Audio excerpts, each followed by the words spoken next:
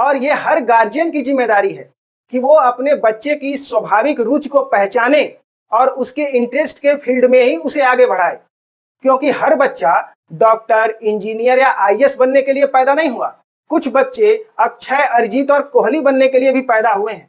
ये फॉर्मूला हमें बताता है कि किसी भी इंसान का विकास सिर्फ इस बात पर निर्भर नहीं करता कि उसको कितने अच्छे जीन्स मिले हैं या उसकी परवरिश कितने बेहतरीन माहौल में हुई है, बल्कि इस बात पर भी निर्भर करता है कि उसने अपने जीवन में सीखा क्या। याद रखिएगा, अगर हीरे को भी सही तरीके से नहीं घिसा जाए तो उसकी भी सही कीमत नहीं मिलती, लेकिन अगर लकड़ी को भी सही तरीके से घिस दिया जाए तो वो भी लाखों में बिकता है। जय हिंद दोस्तों, कैसे हैं आप लोग। मैं अरुण कुशवाहा आप सभी लोगों का स्टूडेंट टीचर एकेडमी पे स्वागत करता हूं। तो आइए आज की चर्चा को प्रारंभ करते हैं। साथियों, पिछली क्लास में हम लोग बच्चों के विकास के सिद्धांतों के बारे में पढ़ रहे थे और इस क्रम में हमने 5 सिद्धांत पढ़े। पहला, बच्चों के प्रारंभिक अवस्थाओं का विकास बाद की अवस्थाओं से ज्यादा महत्वपूर्ण होता है। दूसरा, बच्चों में व्यक्तिगत विभिन्नता पाई जाती है। तीसरा, विकास की गति एक सीधी रेखा की तरह नहीं बल्कि स्पाइरल होती है, वर्तुलाकार होती है। सभी बच्चों के विकास का क्रम एक समान लेकिन गति अलग अलग होती है। और आखिर में हमने ये समझा था कि विकास जीवन पर्यंत लाइफ लॉन्ग चलते रहने वाली प्रक्रिया है। आज के इस क्लास में हम लोग यहीं से आगे बढ़ेंगे और जो अगला विकास का सिद्धांत है वो है कि विकास पूर्वानुमान योग्य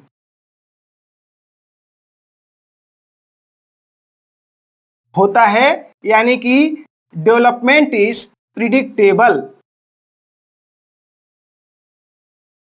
देखिए, इसका अर्थ यह है कि विकास की प्रक्रिया में होने वाले बदलावों का उनके होने के पहले ही अनुमान लगाया जा सकता है। हम यह अनुमान लगा सकते हैं कि कोई बच्चा सबसे पहले बैठना सीखेगा, तब खड़ा होना सीखेगा, उसके बाद चलना सीखेगा और फिर दौड़ना सीखेगा। इसका एक अर्थ ये भी है कि अगर हम बच्चों की एक्टिविटीज को ध्यान से ऑब्जर्व करें तो हमें यह पता चल जाएगा कि बच्चे का विकास किस दिशा में जा रहा है। कुछ बच्चे पढ़ाई लिखाई वाली चीजें बहुत जल्दी सीख लेते हैं, 30-40 मिनट आराम से बैठ के पढ़ लेते हैं, जबकि कुछ बच्चे ऐसे होते हैं जो 10 मिनट में ही बेचैन हो जाते हैं। लेकिन जब बात स्पोर्ट्स की आती है तो वो वहां पर बहुत ही अनुशासन से खेलते हैं। कुछ बच्चे ऐसे होते हैं जो अकेले में तो बहुत कुछ बता ले जाते हैं लेकिन 4 लोगों के सामने बोल नहीं पाते, जबकि कुछ बच्चे ऐसे होते हैं जो लोगों के सामने नाचने और गाने में भी नहीं शर्माते। इसी को हमारे देश में कहा जाता है पूत के पांव पालने में नजर आना। और ये हर गार्जियन की जिम्मेदारी है कि वो अपने बच्चे की स्वाभाविक रुचि को पहचाने और उसके इंटरेस्ट के फील्ड में ही उसे आगे बढ़ाए, क्योंकि हर बच्चा डॉक्टर, इंजीनियर या आईएएस बनने के लिए पैदा नहीं हुआ। कुछ बच्चे अक्षय, अरिजीत और कोहली बनने के लिए भी पैदा हुए हैं और यह बिल्कुल संभव है, जैसा कि यह सिद्धांत हमें बताता है कि विकास का पूर्वानुमान किया जा सकता है, बशर्ते हम बच्चों की एक्टिविटीज को ध्यान से ऑब्जर्व करें और समझने का प्रयास करें। अगला सिद्धांत है अंतः संबंध का सिद्धांत।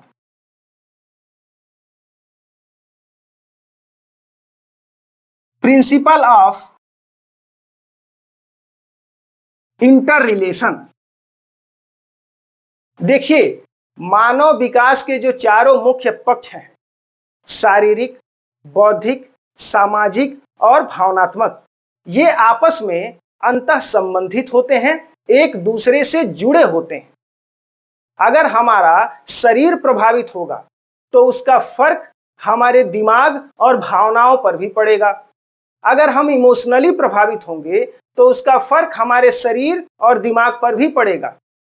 जैसे कि मान लीजिए आप क्लासरूम में बैठे हैं, रात में देर से सोए थे इसलिए जम्हाई आ रही है, पूरा शरीर सुस्त पड़ा है, ऐसा लग रहा है कि आज नहीं ही आए होते तो ज्यादा बेहतर होता। इतने में आपके बगल के सीट पर वो आकर बैठ गई और क्लास प्रारंभ हुआ। तभी आपके कानों में एक आवाज टकराई, कोई एक्स्ट्रा पेन है क्या? और आपने एक पेन उसे दे दिया। अच्छा, अब ये बताइए कि क्या अब भी आपको एक बार भी जम्हाई आएगी? शरीर में सुस्ती रहेगी? चेहरा मुरझाया हुआ रहेगा? बिल्कुल नहीं। बल्कि आपको तो यह भी नहीं पता चलेगा कि शरीर में इतनी एनर्जी और ताजगी आई कहां से, जबकि अभी भी परिस्थिति वही है कि रात में सही से सो नहीं पाए थे। तो फिर इस शरीर में इस अद्भुत ऊर्जा का संचार हुआ तो हुआ कैसे? इसकी वजह यह है कि चूंकि इमोशनल लेवल पे कुछ चेंज हुआ है, तो उसका प्रभाव हमारे शरीर और दिमाग के ऊपर भी दिख रहा है।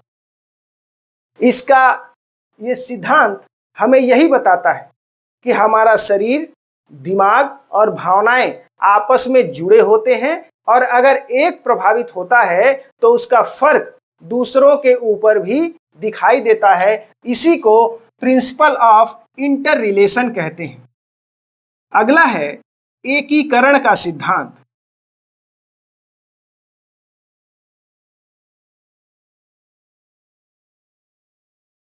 Principle of integration.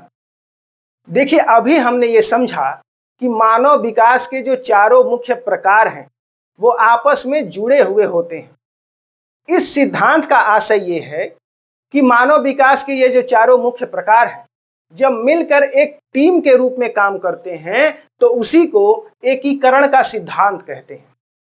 जैसे आपने ऑर्केस्ट्रा में देखा होगा, वहां पर गिटार, पियानो, ड्रम, ढोलक जैसे अलग अलग साउंड वाले कई वाद्य यंत्र होते हैं, लेकिन जब वो सभी एक साथ एक धुन पर बजते हैं तो कैसा मधुर संगीत निकलता है। ठीक वैसे ही जब हमारा शरीर, दिमाग और भावनाएं मिलकर एक टीम के रूप में काम करती हैं, तभी कोई कार्य हम बेहतर तरीके से कर पाते हैं। मान लीजिए हमें ड्राइविंग करना हो या कोई स्पोर्ट्स खेलना हो, जैसे कि बैडमिंटन खेलना हो, तो अगर हमारा शरीर, दिमाग और भावनाएं तीनों मिलकर एक टीम के रूप में काम करेंगी, एक जगह फोकस होकर काम करेंगी, तभी वो कार्य हम बेहतर तरीके से कर पाएंगे।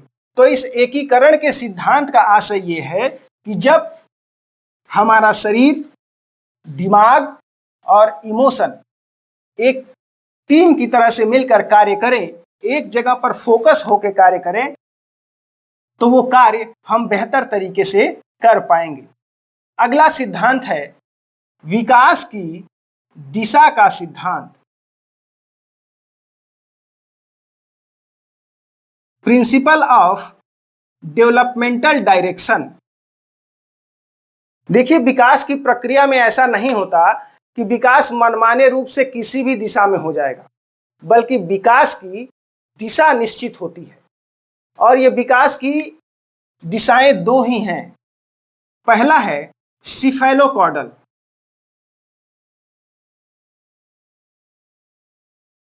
इसके लिए हिंदी में भी यही शब्द आता है, सिफेलोकॉर्डल।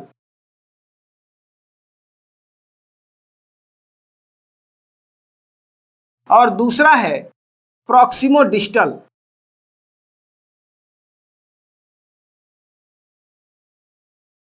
इसके लिए भी यही शब्द है, प्रॉक्सिमोडिस्टल।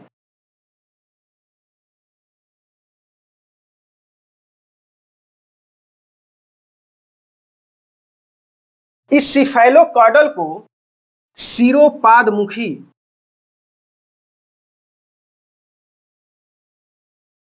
या लॉन्गिट्यूडिनल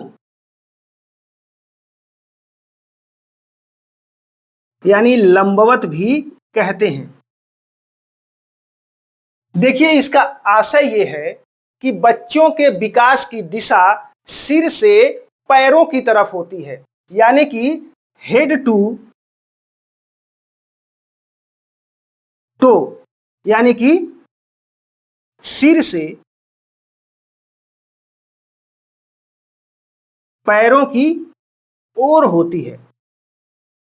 आपने देखा होगा कि जब हम किसी छोटे बच्चे को उठाते हैं तो उसके सिर के नीचे हथेली का सहारा देकर उठाते हैं, क्योंकि अभी वो बच्चा अपनी गर्दन संभालना नहीं सीखा है। लेकिन जब भी कोई व्यक्ति उसको बहुत तेजी से उठाता है या जोर जोर से झुलाने का प्रयास करता है तो इसके लिए उसे मना किया जाता है, क्योंकि अभी वो बच्चा अपनी गर्दन नहीं संभालना सीखा है और अगर जरा सी भी चूक हुई और हथेली से सिर सरक गया तो उसके गर्दन में घातक मोच आ सकती है। लेकिन कुछ महीनों के बाद जब वो बच्चा अपनी गर्दन संभालना सीख जाएगा तो आप उसे हवा में भी उछाल के कैच करेंगे तो कोई विशेष फर्क नहीं पड़ेगा, लेकिन प्रारंभ में सतर्कता की आवश्यकता होती है। दूसरा है ये प्रॉक्सिमो डिस्टल, इसको समीपस्थ दूरस्थ या अंतस्थ दूरस्थ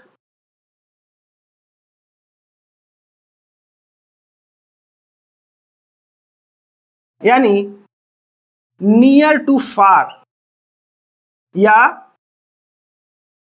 centre to periphery, centre to periphery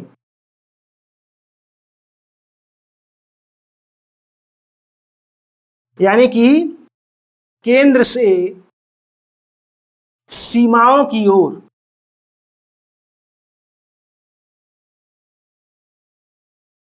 कहते हैं इसका अर्थ यह है कि सबसे पहले बच्चे के शरीर का केंद्रीय भाग विकसित होता है, उसके बाद बच्चे का नियंत्रण या उसका विकास शरीर की सीमाओं की तरफ जाता है। यानी कि सबसे पहले बच्चे का हार्ट डेवलप होगा, उसकी रीढ़ की हड्डी विकसित होगी, उसके बाद उसका नियंत्रण उसकी भुजाओं पर आएगा और आखिर में उसके शरीर की सीमाओं पर यानी कि हाथों और पैरों की अंगुलियों पर उसका नियंत्रण आएगा। तो इस तरह से विकास की दो दिशाएं होती हैं, सिफेलोकॉर्डल और प्रॉक्सिमो डिस्टल। सिफेलोकॉर्डल का अर्थ हमने समझा कि बच्चों के विकास की दिशा सर से पैर की तरफ होती है और प्रॉक्सिमो डिस्टल के अनुसार बच्चे के विकास की दिशा शरीर के केंद्रीय भाग से शरीर की सीमाओं की तरफ होता है। जो अगला सिद्धांत है वो है विकास, परिपक्वता और अधिगम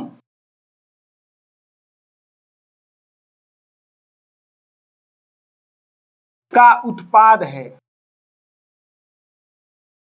development is the product of maturity and learning. देखिए, परिपक्वता का अर्थ है कि उम्र बढ़ने के क्रम में आनुवांशिक विशेषताओं का शरीर पर प्रकट होना ही परिपक्वता कहलाता है और अधिगम का संबंध उस ज्ञान से है जिसे हम अपने प्रयास से, अभ्यास से और मेहनत से सीखते हैं। तो इस तरह से डेवलपमेंट की एक परिभाषा बनती है या फॉर्मूला तैयार होता है कि डेवलपमेंट बराबर होता है मैच्योरिटी गुणे लर्निंग का, यानी कि डेवलपमेंट मैच्योरिटी और लर्निंग का गुणनफल होता है। ध्यान रखिएगा, डेवलपमेंट मैच्योरिटी और लर्निंग का योगफल नहीं होता बल्कि इसका गुणनफल होता है।